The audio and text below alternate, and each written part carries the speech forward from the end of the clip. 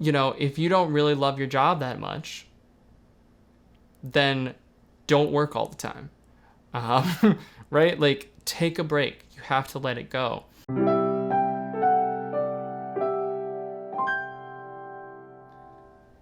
What are the ethics of work-life balance?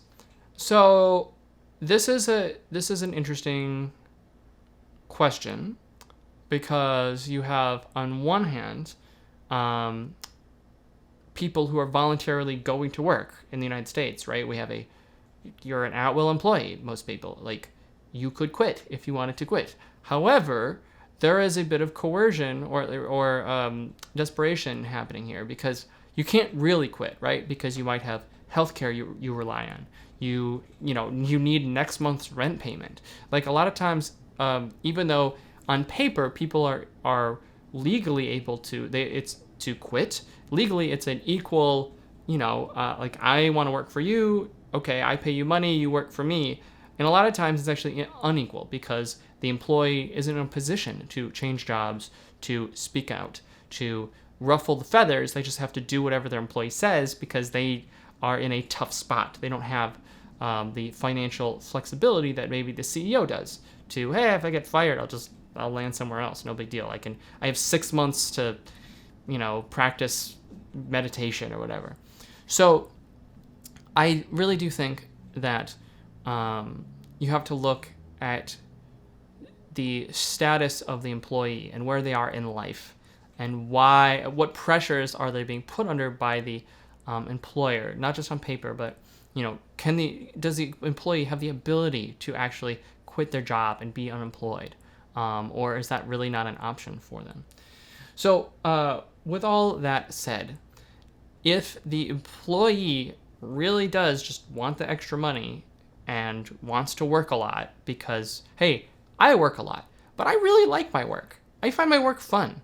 Like, working a lot is great. I sleep better at night knowing that I am doing a good job at work, and I have that satisfaction of creating things. I am fortunate enough to have a job where I can exercise my creativity and do stuff like this. So I'm very fortunate in that capacity. Many people are not. And, if you don't really love your job that much, then don't work all the time. Right? Like, take a break. You have to let it go. If you are comfortable with if you really, really enjoy your work as much as not working, then sure, be one of the many, many Americans who just works a lot. But if you're working because of the pressures of your boss, of the company, the expectations of other people at your job, and you're stressed about it, right? It's not like you're like waking up 8 a.m. I'm so excited because I have all these great ideas. I just want to get going. No, but you're working at midnight or 9 a.m. checking your emails because you feel behind. You feel stressed. You feel like there's pressure on you. That's probably not healthy. It's probably going to be a little unethical. I don't think employers should be putting that kind of stress on their employees, especially when it's usually a bait and switch in a lot of places, to be honest. Like, you say, okay, you're going to be hired to do A, B, and C, and you're going to work 9 to 5.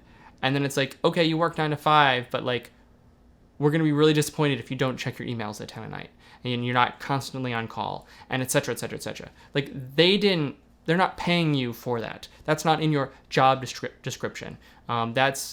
You are taking on a bigger role, bigger task than was initially described. And that sort of bait and switch, where I think I'm signing up to do job A, and really it's like job A plus all this other stuff that isn't really in my job description. That's where things, I think, get unethical, especially when the employee can't afford to quit and isn't in a position to lose their health insurance, at least in the United States.